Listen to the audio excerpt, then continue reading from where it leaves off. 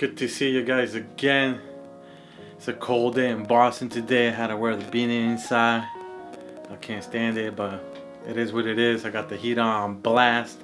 Got some coffee with me because that's the only way to stay warm here. And my voice is shaking and everything. But today I'm gonna bring you guys another video about 3 books that I recently read. It's gonna be a book review kind of video. I'm always reading. I always got a book in my hands. Usually I got the Kindle. I can't do books anymore. My bookshelf got so big that I started donating most of my books or selling them if they were like worth anything. And then I just started buying on my Kindle. So now easier to read for me now. But I got 3 books for you guys that I think are important if you're into business or personal growth.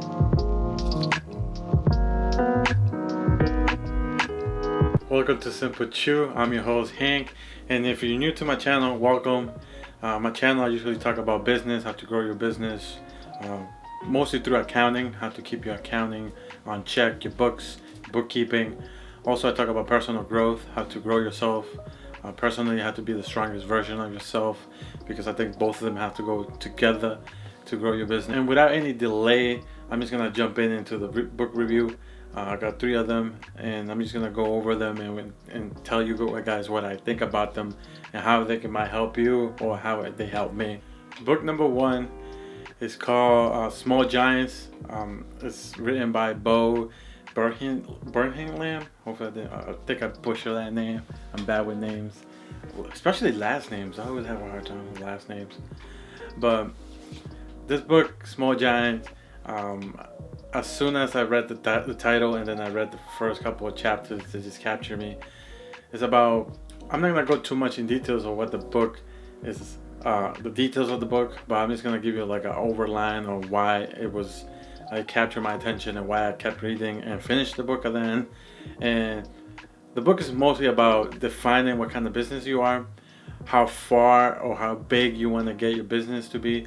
If you want to be in the stock exchange, if you want your business to be in that big where you got investors and then you're not the owner of your business anymore, or you want your business to be solely run by you as a sole proprietor, or you want your business to be run by your family, or you have a specific amount of employees that you want to have. So this is the type of questions that he's going to ask not only the reader to consider, but also the businesses that he follows and interviews for this book. It's something that I never thought on the beginning. When you start a business or anything, or you start a YouTube video, you don't think of how big you want to get. I think that everybody's end goal is to get as big as you can.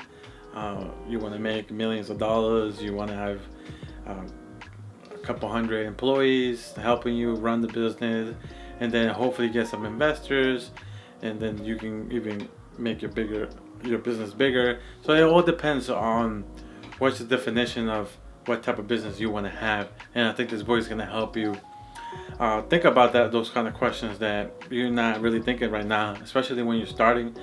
I think it's the perfect question to ask when you're starting, because sometimes you can get lost in the progress of making the business.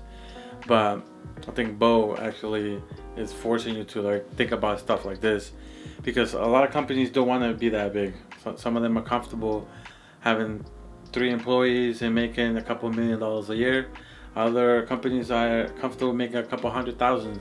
So it is a definition of who you are and what kind of business you're trying to make and develop. Also, what Bo really brought up to me, sometimes when you are trying to get your business really big, you're gonna need so much help that you're gonna lose control of your own company, and that could be really hurtful to you because you treat your company like a baby, and then you eventually it's gonna get so big that you're gonna eventually not run it on your own. You're gonna, especially if you get some investors or you bring it to the public. Now people have stock and they have a part or a piece of your company, and then they start voting. So you're not gonna be always 100% the owner if you get too big. So that's another question. And one of the final questions that Bo asked this company is that no matter how big you are, or if you get so big that your company is in the public exchange and the stock market, people start buying your stock. People are always gonna want your business to grow and grow and grow and grow and grow, and sometimes that's not possible. Sometimes there's gonna be a plateau on your business, or you need to develop something new, and sometimes you as the original owner don't have those ideas anymore, and that's when you sometimes get the boot where somebody else has to step in for you, and then the company is not the same when you started, and that could be really painful for the original owner. And at the end of the day, it's not about the name of the business. It wasn't about the goal from the original when you started the business. Now more profit driven, more growth driven, where the company wants to get to the next level, not on service, probably not on service and product, but more on profits and where it is on the revenues and sales and cutting people's. The second book is called Purple Cow. It's by Seth Godin. I'm terrible with last names. This book is a marketing book. I never was really good at marketing. You can see it because of my numbers on my YouTube video, my subscribers and stuff. I'm really bad at promoting stuff, but so that's a chance for me to learn marketing and grab books that involves about marketing. So I grabbed this book, Purple Cow. Interesting book. I think it talks about, I think if you are new to marketing or new to business at all, you might find this book to have new ideas or new concept of how to market your business. If you have if you've been to business school or even in high school, you have a couple like business classes there. This book is gonna be really elementary, really easy. You might say to yourself, "Oh, I know this stuff. I went to business school, and we talked about this stuff in school, but it is something that never clicked with me as an accountant." But I once I read it, I was like, "Oh, that makes sense." So one of the stories that's clicked with me is that in the beginning he goes, if you're driving through a farm where there's thousands of cows and they're all black and white, and then you see a purple one, your eyes is gonna be focused on that purple cow, and then every other cow you're not gonna be really interested on.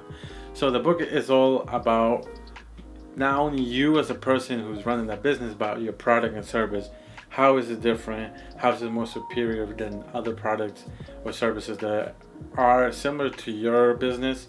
So how do you stand out? I think the concept of the book is there. I think the book's a little old, but I think with Instagram and Facebook and all this social media, I think it's hard, or it's really, everything's moving so fast that people don't know where to focus. And this book is really where you step in and be like, okay, I need to be the purple cow. So you need to, like, it opens your mind to think outside the box to see, okay, where can I be the purple cow in every situation that you're trying to brand your business or your service through Instagram to social media to YouTube. So you need to think about, okay, where can I find a way of being that purple cow where people are gonna be following? And that's something I never thought before. So after reading this book, I'm always like, when I'm doing a video or when I want to promote something online, I'm thinking, how can I be different? And in the same token, you don't want to be so different that you look the same as the other people who are trying to be different. I think there's another concept that he talks about in the book, where you don't want to be like doing things that so out of the so different from who you are as a person. I think you need to focus. You're already unique. I think you need to follow who you are. Just express who you are, and through the videos or through your product or service, and just give, because you're the different. Nobody, once you make a product or a service, it's coming from you personally. That's what makes the product different. How good, or how focused, or how much money have you put on your product or service, it's gonna show the difference once it hits the market. I think if you're trying to be different just because you want to be different, it's not gonna work. So, because you can see it with all these Instagram or social media or YouTube channels where they try to be so different that they look the same as all the other YouTubers. for like the pranking YouTubers. I'm not trying to bring anyone down, or the Instagram models. They're all trying to do so much. They're trying to be so different that actually they look the same. Because one example is like a friend of mine could be like, "Oh, you saw that prank," and he doesn't remember who did the prank, because there's so many pranks that they're so outrageous that we don't really remember who made the pranks. We just remember the pranks. And I don't even follow any of these pranksters.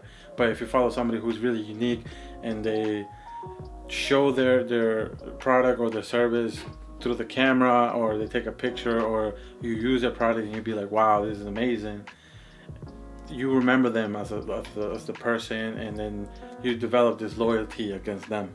And the last book, and this book is my favorite book that I just read this year, is How to Fail at Almost Everything and Still Win Big by Scott Adam.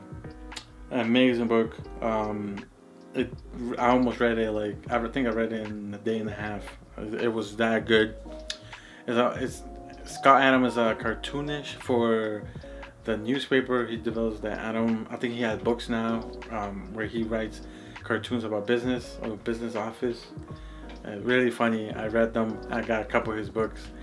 They're almost like comic books or comic strips. That just has a storyline, very quick storyline, and a really quick conclusion, climax and conclusion. Super funny comic strips.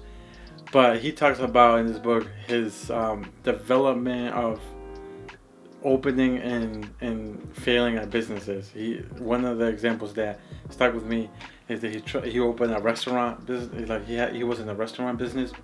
He talked about how amazing it is to have a business, or a restaurant business, and how easy it is to fail at having a restaurant.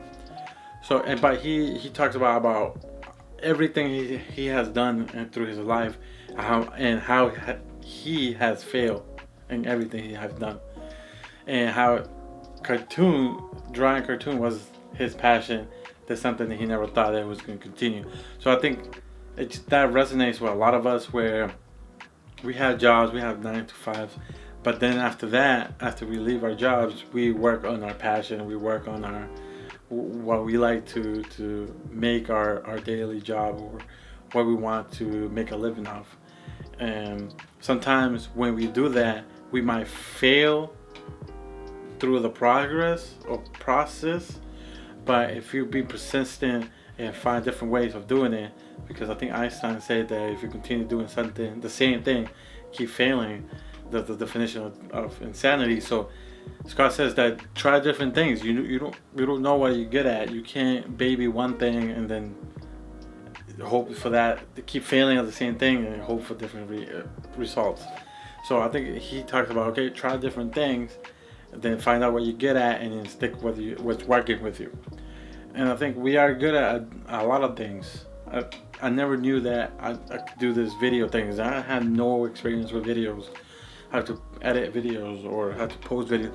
But now there's so much information out there on YouTube, Google, that you can be self-taught and learn how to do all this stuff, and then put it out there in the world, and that could be your passion.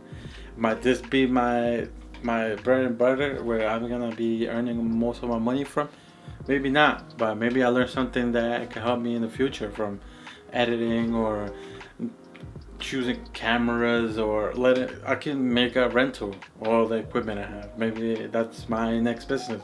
So you never know what can be your next business, but the most important part is like you have to try, you have to fail, and you have to get up and do it again and try something new. So that's basically what the book is. And he talks about, at the end, there's almost like a happy ending, where he found what he's good at and how he just doubled down on that, and now you can see where he's standing now with his books and his comics. Really it's almost like a motivational book, but it's really captivating to people who are into the space of trying to figure out where they want to take their business, or they should take their passion to as a business, or to just keep it as a hobby. So it's something to think about. 3 great books. I'll see you guys next time, and always remember, keep it simple.